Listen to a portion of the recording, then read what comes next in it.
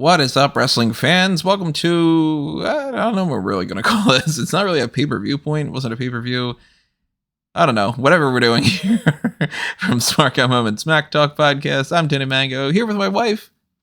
Me, Caroline. My wife, me. Me.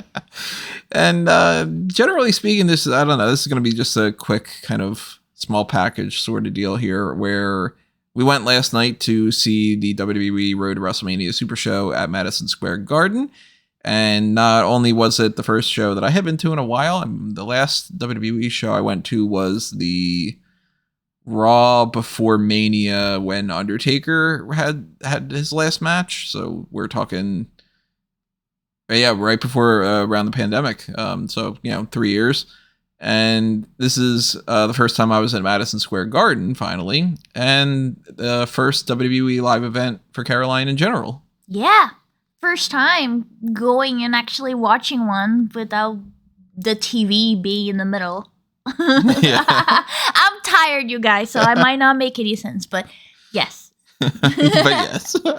So I don't know. I mean, we don't really have a game plan here. This isn't going to be some long podcast of reviewing every single little thing that happened or whatever, but just generally speaking, talking about some of our impressions and, the pros and cons and everything that went along the way as far as MSG, about the show, about, the experience in general. So I guess the first question I have for you, sweetie, is, what did you think about going to a WWE show? Was it something that you were like, oh, this is totally what I expected? Was there anything totally different? I think that for the most part is what I expected. I guess we were even talking about during the show how you said that the first time you went to a show when you were a kid, you were thrown off by the fact that they don't have the narration. Yeah, like the commentators. I figured that would be the case, that we wouldn't have that, but I guess like the silence during the match when the crowd wasn't engaging. I guess rationally I knew, but experiencing that, I don't know. Like, I'm trying to explain. It's like it throws you off in the way that you would think that, like, maybe one of your headphones isn't working or something. Like, you're expecting to hear the rest of it. Like, shouldn't there be music? Like, something should be happening here. If that makes sense. And like, it's funny because it's one of those things like you do understand. Like, yeah, like you don't have the TV cameras there. You're not gonna have the commentators, but I guess. To me, I guess I was just expecting something like to keep the crowd like energy going throughout the whole thing, But obviously, like, this is, somebody who's not a wrestling fan. We saw plenty of people that were excited throughout the whole thing, no matter what was going on. So I guess like just the silence during matches like threw me off a little bit, but overall it was what I was expecting. I was very excited to see lots of people carrying around their own belts. I was so tempted to ask for photos, and then Tony's like, this is not Comic-Con, I was like, well. It would be a little strange to just be like, can I take a picture of you and your replica of the United States Championship? Still, like, that's so interesting to me. And most of the people with those belts were adults. And I'm like, yeah. Okay. There was a group behind us when we took the escalators to get to the section with the food. And like, they're all grown men. They're all bros. Thinking that they have the swag and whatever. They have like the fresh haircuts and shit. And carrying belts, like as if they're like so proud, like, yeah, we're doing this. Like, yeah, I won this one. Sir, this is a Wendy's. It was fun. It was fun. I think one of the things when I first went to a show that surprised me was how everybody seems to have the same sort of energy for the most part, outside of the rare exceptions where everybody's sort of, obviously everybody's happy to be there and everybody's, going to have fun. But I had been to baseball games prior, and that was it. I still haven't gone to a football game yet. I've been to a hockey game once, I think.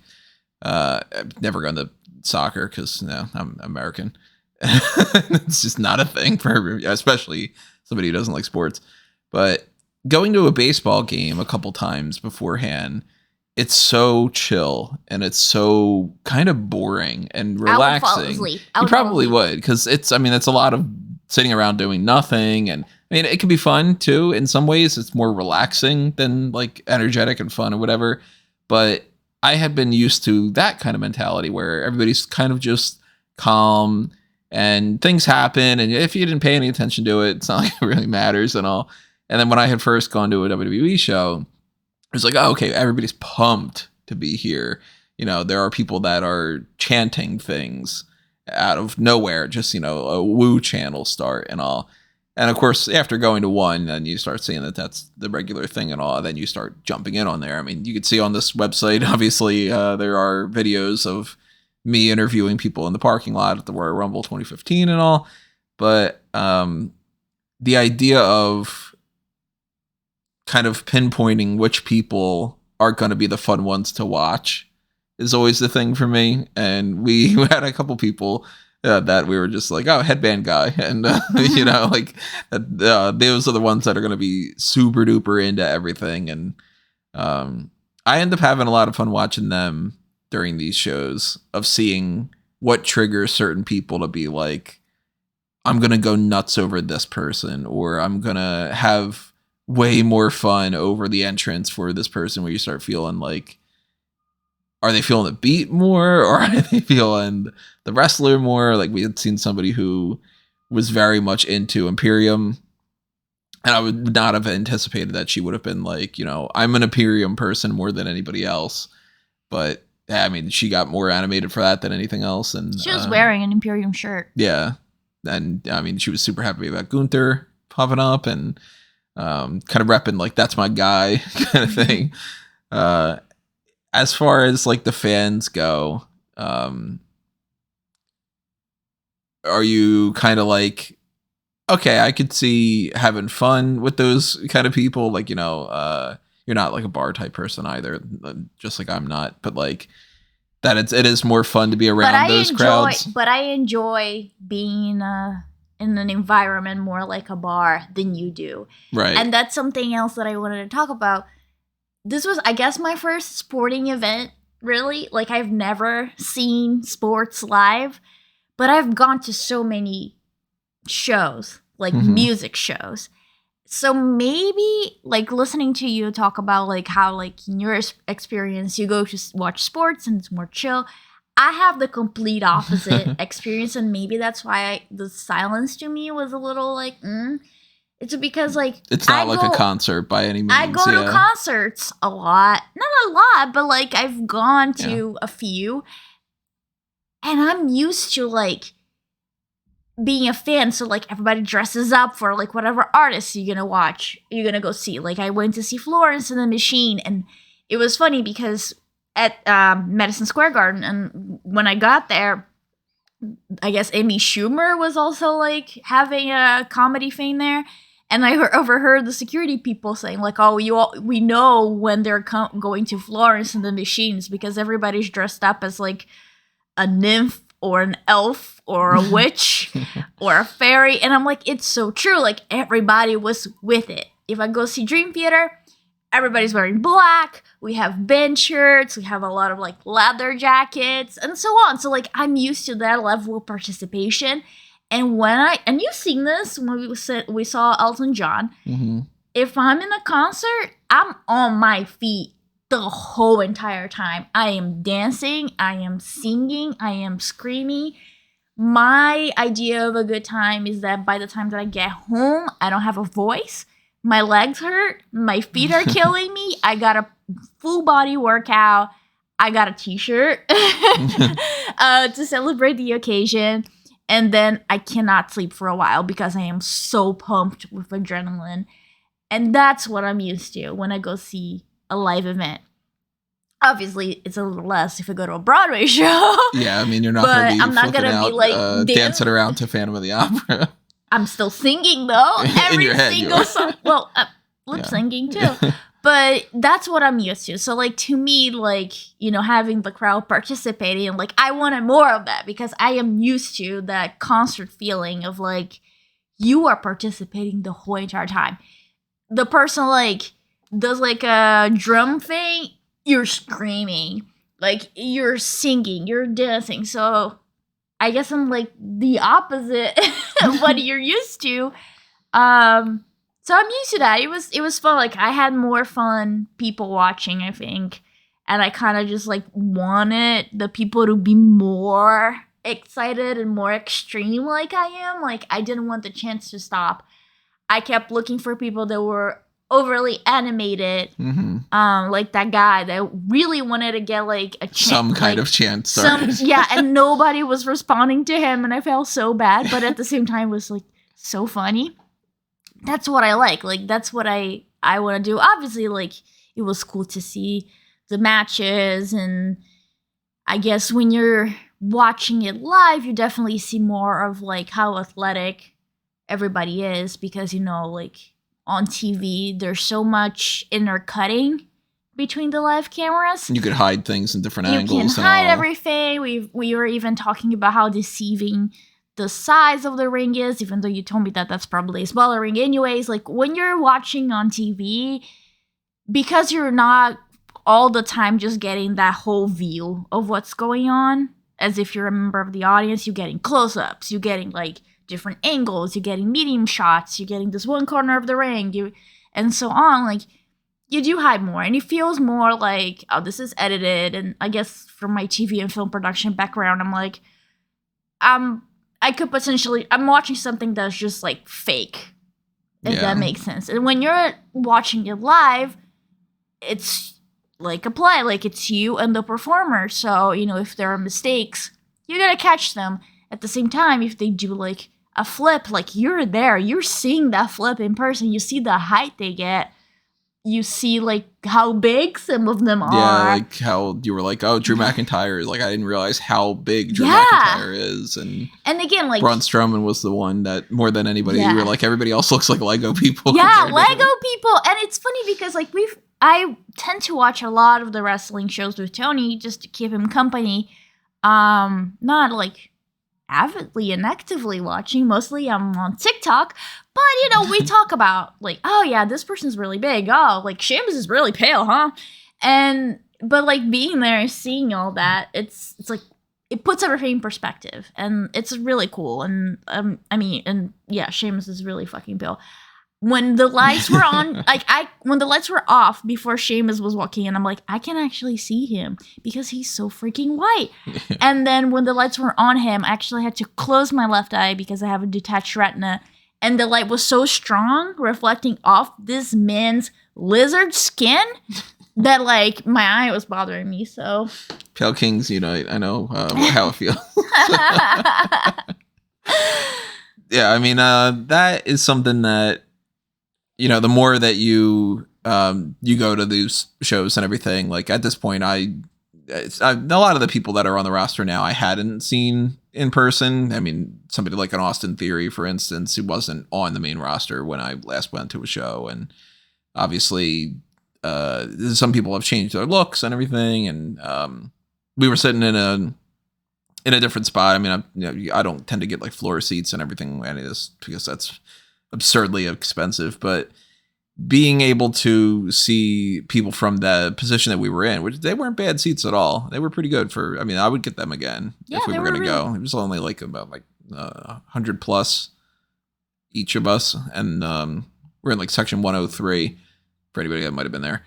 And that was still close enough that you could even still see the differences between the first match of the night was a 10-woman tag, and just seeing the difference in height between like Becky and Carmella even. I remember thinking like, oh, Carmella's tinier than I thought that she would be. And, you know, seeing some of the things like the height differences between like the steel cage, I was like, the steel cage looks really small. Like that seems huge in person, on TV. screen compared to where it was here. And yeah, it might have been one of the smaller ones and everything, but it still looked like it gave me more of an impression of when I would play with my wrestling action figures. And it's like, okay, well, everything's scaled down smaller. And I don't know, I kind of felt like if I were to run the ropes, it's like maybe 3 steps, and then you get to the other rope, and it just Now kind of you're seems tippy-toeing steps. Yeah, I mean, if I wouldn't run to begin and with. you wouldn't run. You walk super slow. It would probably take you 5 hours. Yeah, I'm not doing any of that shit.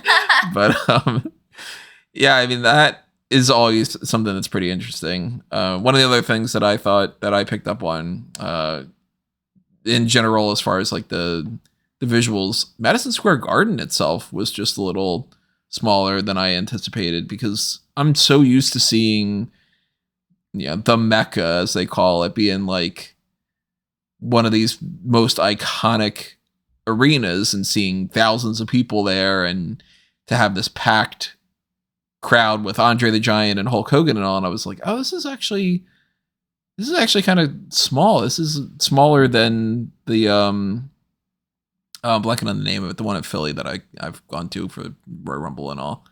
All I can think of is Citizens Bank Park, and that's not the right thing. That's the Philly thing. But you're in Manhattan. Wells Fargo Center. You're in Manhattan, so like everything, real estate is like expensive. Yeah, like it seems like you could fit that whole arena section of Madison Square Garden inside of Wells Fargo Center and have leftover room. And that was kind of surprising to me, because I just figured, well, no matter what, it's going to be bigger. It's just going to be shaped differently or whatever. And that it seemed kind of quaint. It was like, oh, this little tiny arena. Like, yeah, but then I got that sense. I mean, obviously, again, this is my very first time going, but I think that it was still pretty impressive when you're kind of like looking around at the audience, because it's like, oh, there's a lot of people here. And yeah, for a house show, I mean, it's not even a pay-per-view. It was very close to being sold out, I would say. Like, there were only a few seats that were empty that we could see, at least we could see. Yeah, but we had a pretty good view of, I would say, the whole arena. Is that what you would call it? Yeah. It's not quite a stadium. Yeah. So it was pretty impressive. And I've been to Madison Square Garden before, but it was interesting to see this setup, because again, I went there for a concert and the stage wasn't in the middle like this one was. As far as MSG goes, one of the things I'm sure people that have been following this website for a long time would know. Did you get a hot dog, Tony? And I did. And it was disappointing, I gotta say. You did get a good burger, you said. I got a good burger. I didn't take down the name of the places that we got these from. But they only exist in there. They don't have... somebody ahead of us was asking if they had locations They elsewhere, only exist in there, yeah. Yeah. I mean, whatever it was a burger that had like... daily burger. Bacon and onion jam to it. I don't know if I'm the biggest fan of the onion jam. I think I'd be fine with... give me some lettuce on there and some caramelized onions on its own. But that was good, and I would definitely... called the Daily Burger. Daily Burger. I wanted to get Top Dog, but they weren't open, so I ended up getting a hot dog somewhere else. But it continues to confuse me how difficult it is at this point to find a good hot dog at one of these stadiums and to find cheese fries. What is that? Like, what do people not like cheese fries anymore? What the fuck's going on? So that's, negative 1,000 points. Well, the hot dog place that was closed had cheese fries. It did? You were doing your research. But I mean, they don't count because they weren't there. So yeah, but still, like, they exist. It's just that they weren't open. Yeah, so fuck them. He was legit doing research, not just for menus, but pictures before we went there. I'm like, I wanted to try to figure out the best place to get the food, because I wanted to try to maximize that, because this is all expensive. All $9 for a hot dog. Yeah, it was. I mean, it's to be expected. Yeah, but not worth $9 for that one. But you're paying for the experience. Yeah, the experience of eating an underwhelming hot dog. It was fine, but I could have eaten 3 of them at home. So they did have sushi, which I thought was kind of interesting. They had a lot of different options that were like the cupcakes. Korean barbecue thing they used, or Korean chicken place, not barbecue. Yeah, Korean. Yeah. The pizza you had was decent. Yeah, I really liked the first slice that I got. It was like the Freddie Prinze Jr. slice, which was a lot of like tomato and breadcrumbs. That was really good. The other one I wasn't a big fan of. I like the fries. Fries were good, yeah. I mean, food was good. It seems like they've got a lot of options, though. I mean, like they had plenty of chicken-based things. They had a lot of like they had a vegan thing. They had a vegan thing that was closed, but still, that was pretty cool. Yeah, they had a couple of the different ones that we had gotten from like the burgers and stuff, and they had ice cream and whatever. We were they had big gay ice cream, which is delicious. We were thinking about getting the cheesecake bites, but eventually then it was just like, all right, well, we're kind of stuffed, so we don't need to spend another probably $47 on those or something. But that is part of the experience. Of course, you go to those shows and you're more willing to just be like, I'm gonna buy some kind of thing to snack on while I'm there. Just like the movies. I mean, when you're at the movies, then you smell that popcorn. You kind of want to eat the popcorn, even if you're not necessarily hungry. And, so that's something that, I mean, hey, it's better than WrestleMania 29 when I went there. I'll say that. At least the food here was better than that. So big old middle finger to MetLife on that one. I'm still salty about that hot dog. It's been 10 years. That hot dog and those fries, just they didn't do it. They're one of the many reasons I don't like WrestleMania 29. Oh my god. Yeah, what else? There were a few moments where you said, story building, which I thought was cool. Yeah, they did a good job with like one of the highlighted moments, the whole thing, or I should say highlight matches, was a battle royal to determine who would fight Gunther for the Intercontinental title. And during that, they had a quick moment where Sheamus and Drew McIntyre, when they were first coming out, I think it was Sheamus was coming out. Sheamus came out afterward because Drew McIntyre was first. So when Sheamus was entering the ring, he didn't enter the ring immediately because Drew was like close to him, and it was sort of like, I don't know if I am safe going into the ring with Drew there. And they kind of had a little bit of a stare down. And then later on throughout the Battle Royal, they made it specifically like we're building the idea of these two are going to work together, but then they're going to start fighting each other and pushing each other down. And also they kept the continuity really well between that and obviously Damage Control is still working together and they're going up again. I mean, that was as basic as you could get. It's the heels against the baby faces and all, but like, you said that somebody was a heel now. That he walked in and he like pretended he was gonna high five somebody and he didn't, and you're like, Yeah, Mustafa Ali. He purposely didn't like slap the hands of the people in the crowd, and he had on like sunglasses and a hat and whatever. So I'm assuming that they're trying to test out if he fully turns heel. He's been kind of teasing that he might with Dolph, but I hadn't seen anything yet that had seemed like he was definitely turning. So he got sizable enough of a reaction, but I think people were confused that they didn't know whether or not they should cheer or boo him. I know at least one person in the crowd was thinking about that for who was it? Was it Seth Rollins? For Rollins, yeah, for somebody. Oh, but she was like a little girl, and she didn't know if she should cheer or boo. She was like looking around to see whatever. Well, she first put a thumbs up, right? No. Thumbs down. Thumbs down. Yeah. And then she was just like looking around, and then she decided to put one thumb up, and then the other one was like in the middle. I just thought it was really cute. I mean, she was a toddler, so she had like no idea where she was even like, at, but being around kids though is great when it comes to this, because it's one thing for obviously all the adults to be marking out and having fun and all, and that could be funny as well, and it could be fun. That's my favorite. Because we just like, I mean, I'm not the type of person that goes super hyper, like, as you would say. I don't emote.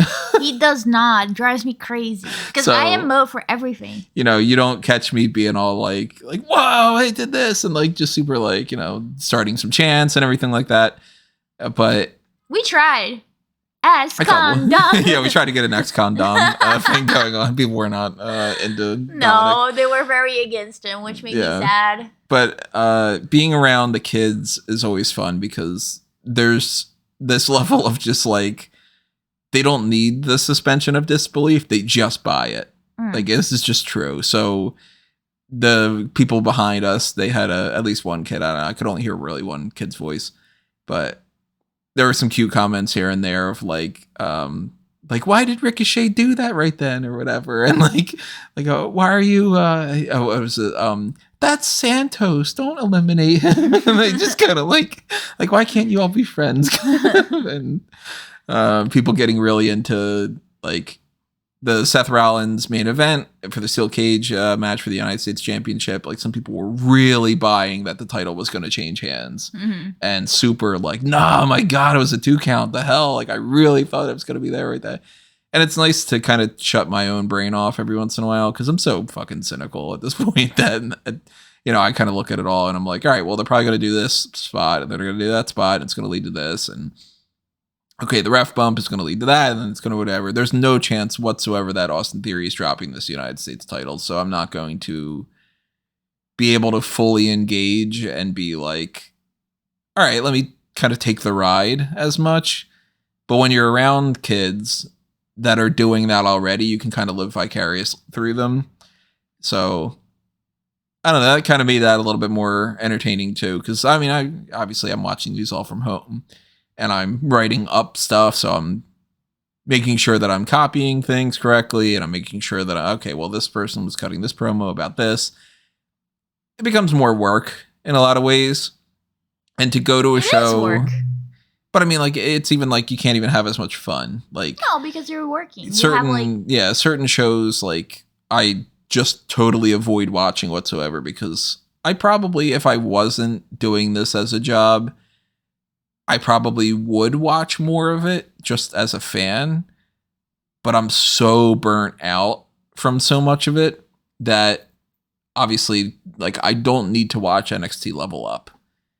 If I have the results up and I know who wins, that's all that matters. I can skip that half hour every week.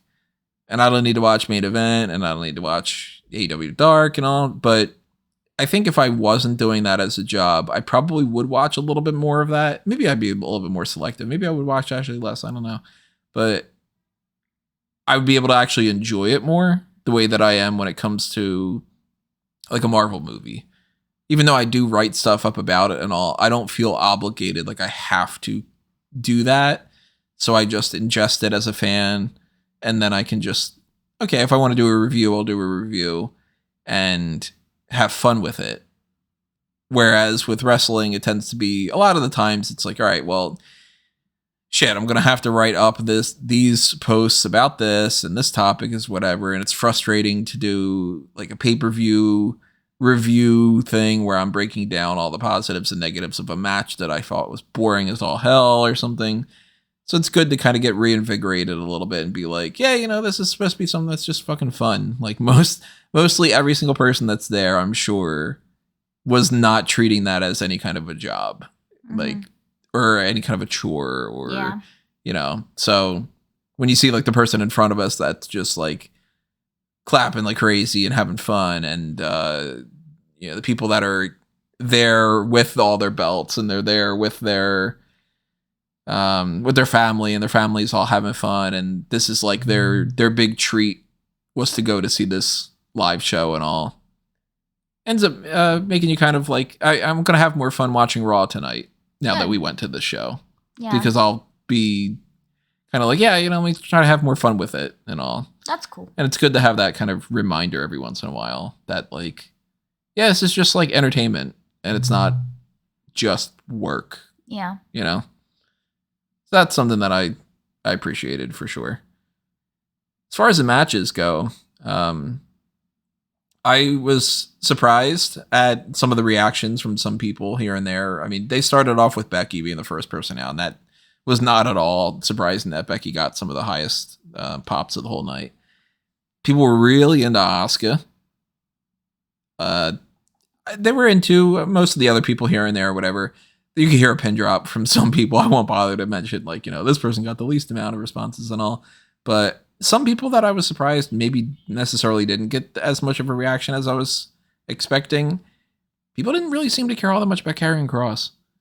And I would have thought that maybe like when he got eliminated or anything, people would have popped a little higher. But that was kind of a dud a little bit.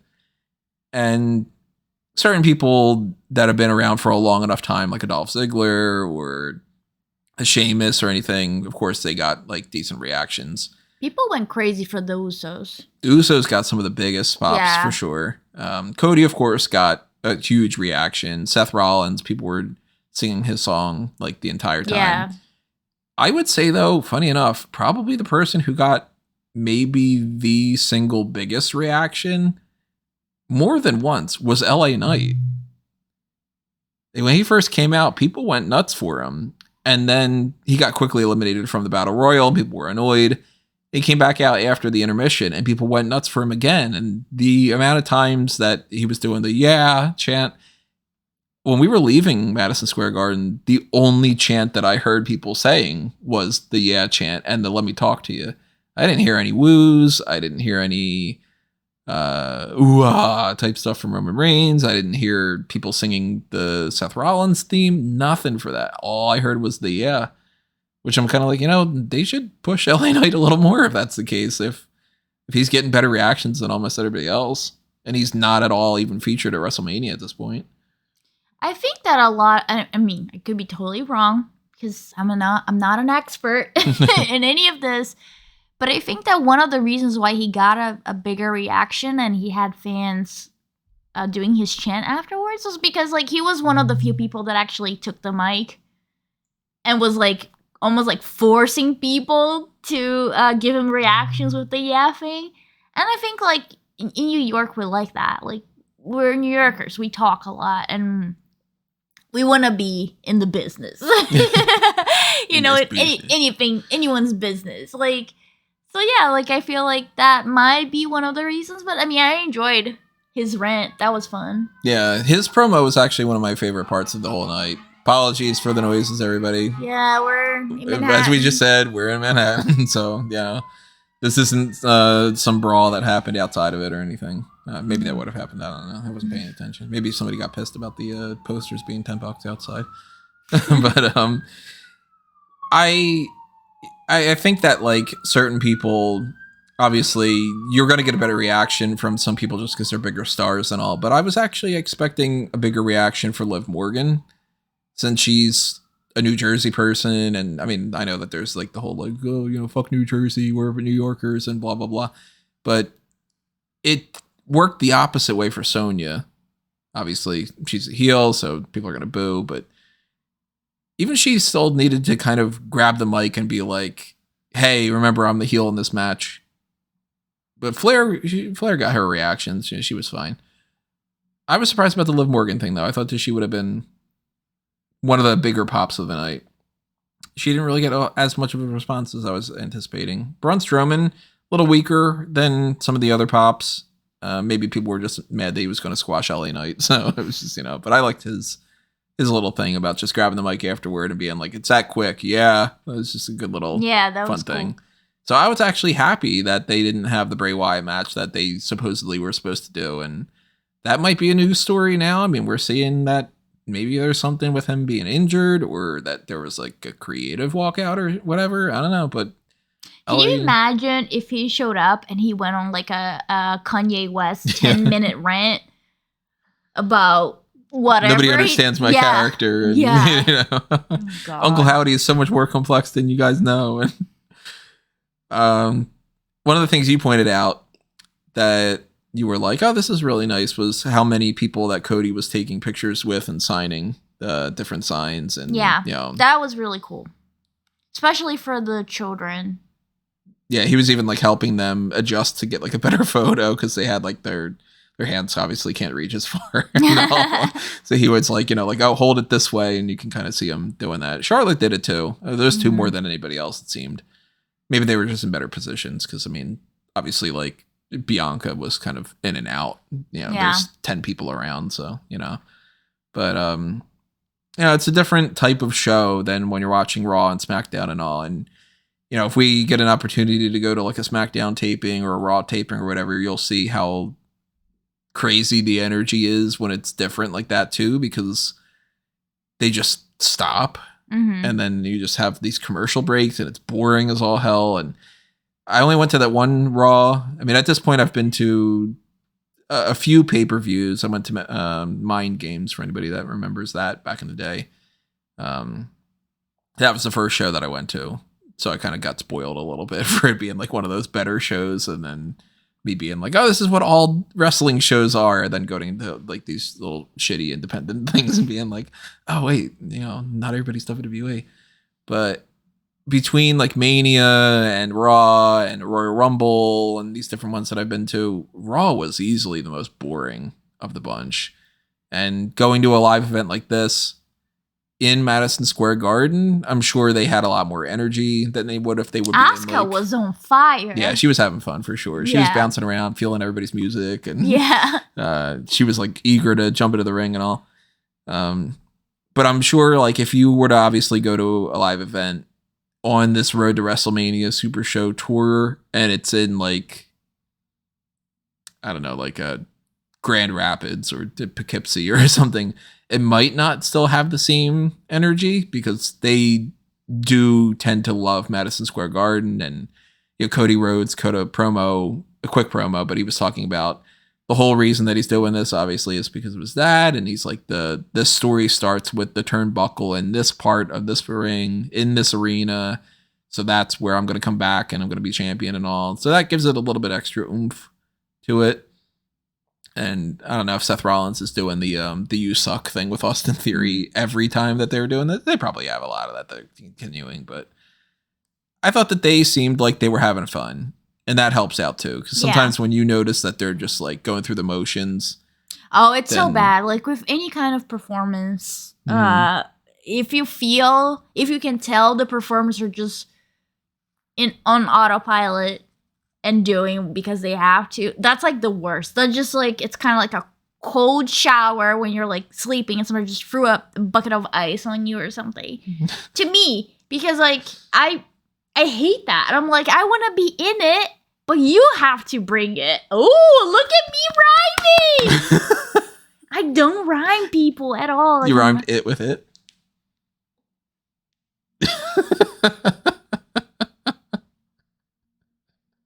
Shut up. It's still better than normal. So, I mean, you could see the results online. I mean, Cody Rhodes beat Solo Sikoa by DQ. At one point in the match, he fell through a table solo, and we couldn't even see the table because it was the security barricade was kind of blocking that and all. Yeah, and a lot of people are standing up at that point too. Yeah, so that kind of takes the wind out of the sails a little bit when somebody falls through a table that you didn't even know was there. Because you didn't see them set it up. They were in the void, as we were calling it. Sami Zayn coming out got a huge pop. Yeah, that was fun. That was one of those things that biggest takeaways. I would say my favorite part of the whole night, if we were going to kind of wrap this up with that, probably would be the Battle Royal more than anything. The one with all the guys? Yeah, with too many people, as you said. Too many people. What about you?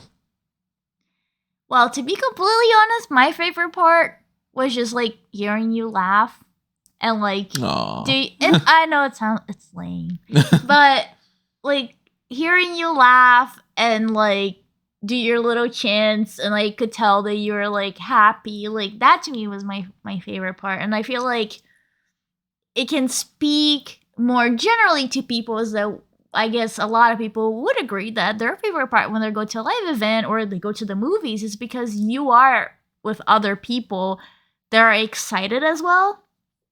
And it just makes the whole experience better. But if I had to pick, like, I guess, like one of the matches. Or anything. I mean, that could be your answer. Like, that's my answer then. Which that in and of itself is something that if anybody is out there kind of like on the fence, obviously any type of show that you go to, whether it's a concert or if it's a movie or if it's a different sporting event or I don't know, the stamp collecting gathering, I don't fucking know. But do people do that? I don't know if that's the thing. Any stamp collectors out there is like a big, things get wild at the Stamp Comic Con version of that. Stamp Con 03 or whatever, go down in history books.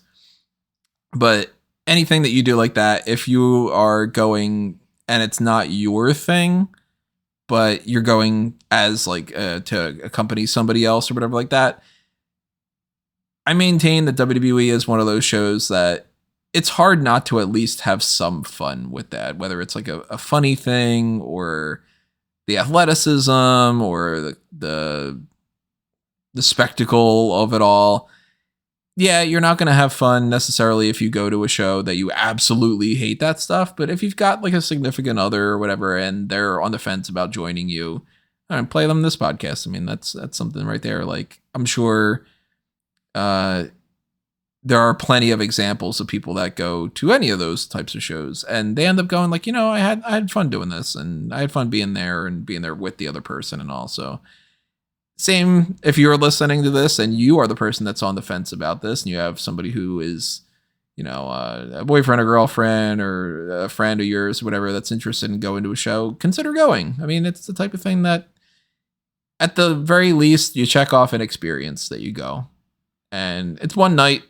Maybe you don't go back another time or something, but obviously I know that I'll be going back to a show at some point. I've done that for my entire life, but I know that this wasn't the type of thing that you were like, oh man, I never want to come back to these. Like, you didn't go like, hey, I earned a lot of brownie points for being here and now you fucking owe me or anything like that. I mean, I am going to play that card in August when Sim Smith is going to be Madison Square Garden, but... And then that would be the type of thing where it's like, yeah, then I go there and just the same. I mean, you have fun when you're there with somebody else. Yeah. And I had said like the people that are in the crowd that didn't have somebody that they were there with, like I always kind of feel like, man, it's a shame that they can't all just sort of plan ahead.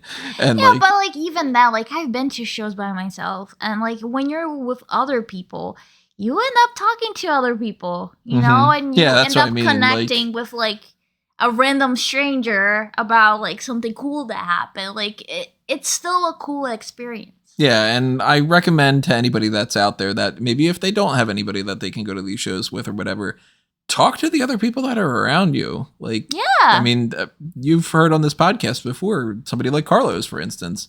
The only reason that Carlos was ever on this podcast was because he was sitting around us at the TLC event that we went to and we were just joking around and everything. And then it was like, add us on Facebook and stuff. And, that's something that you have a common thread. You're all wrestling fans. So have fun, get into the chants with everybody else. And if you got an opportunity to go to a WWE show and you got the spare change to be able to pull it off and all, go ahead and do it and at least cross it off your bucket list and all. So I'm glad that you were able to join me for this. I love having you by my side no matter where we are. But I thought it was a good show too. So at least as far as this side of this Road to WrestleMania Super Show, the Madison Square Garden part of it, I give it a thumbs up. I mean, this was better in some ways than I was expecting it, except for the hot dog. Still disappointed about that, and the fact that there aren't any cheese fries. Oh. But no, I'm glad that we went to the show, and I'm glad that you talked me into it because I was still just sort of like, I mean, nothing's going to happen on a house show. It's not going to be, the United States title's not going to change hands. Whoever fights Gunther is going to lose. It's still an experience, but it's still fun. So it's good to get that little refresher and to just be like, yeah, you know what? Let me shut my brain off a little bit and just have fun. A show.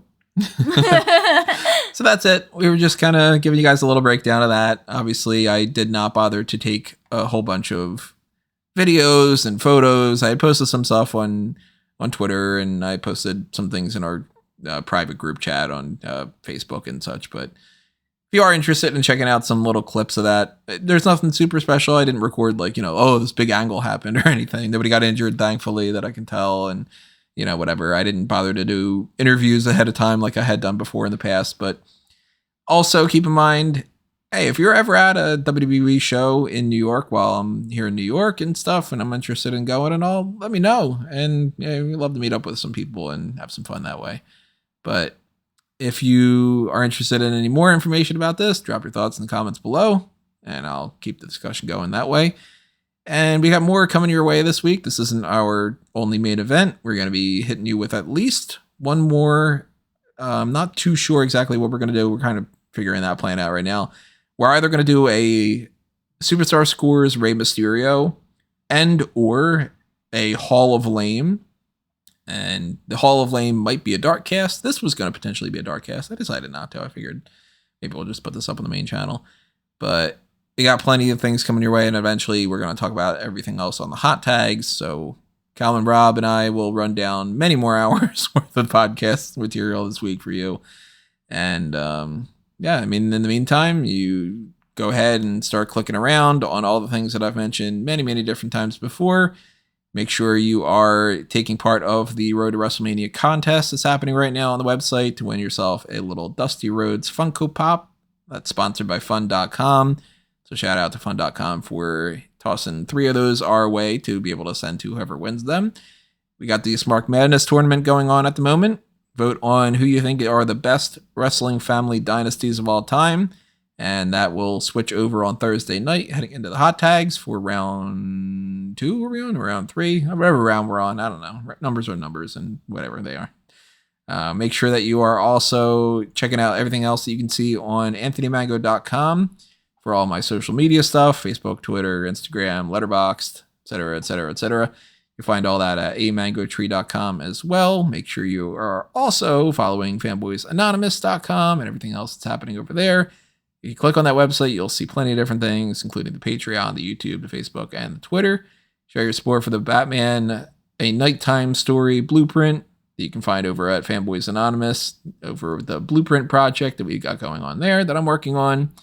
And also make sure that you support us on Patreon and on the YouTube members only channel membership subscription platform. You got Redbubble and TeePublic for picking up some merchandise, which I totally want to see people at different events wearing. I want anybody to go to a wrestling show and to see like a Smark Out Moment shirt or something like that. I didn't bother to bring a sign because it's a house show, but remember, there's always the sign me up thing. If you bring a Smark Out Moment sign to a show and you send me a picture of that, then I'll give you a little shout out on the website on the podcast. And for that dark cast that's coming up soon, Patreon and all that gives you access to that, but even $1 a month gives a whole lot more of a morality boost. And hey, if 100 people were to do the $1 a month, that would have paid for my ticket. You know, keep that in mind. But the more we can bring you, the more support and everything that goes along with that. So thank you to everybody for checking this out and for joining us. Sweetie, you want to plug anything? No. I don't have anything to plug. I'm sorry. Well, actually, if you're into vintage TV, I guess I would say that, make sure that you check AAPB, which is American Archives of Public Broadcasting. If you're feeling nostalgic, maybe you just want to like watch something that was shot in the 80s or 70s for some reason. It gives me comfort. You'll find a lot of videos there, and it's a huge undertaking that we're doing, making sure that all public broadcasting in the United States get digitized. Again, from the 70s, 80s, and 90s, which is pretty cool. And if they want to follow you on TikTok and Instagram. Oh, right. If you want to follow me on Instagram, I am creepy_Caroline. And on TikTok, I am Caroline ZO Mango. So my whole name. How fun. I'm always posting stuff. I don't know. Come have fun with me. Yeah. And we want to thank you for having fun with us here. And we will see you next time, everybody. But for now, this has been another Smark Out moment. And we're being counted out.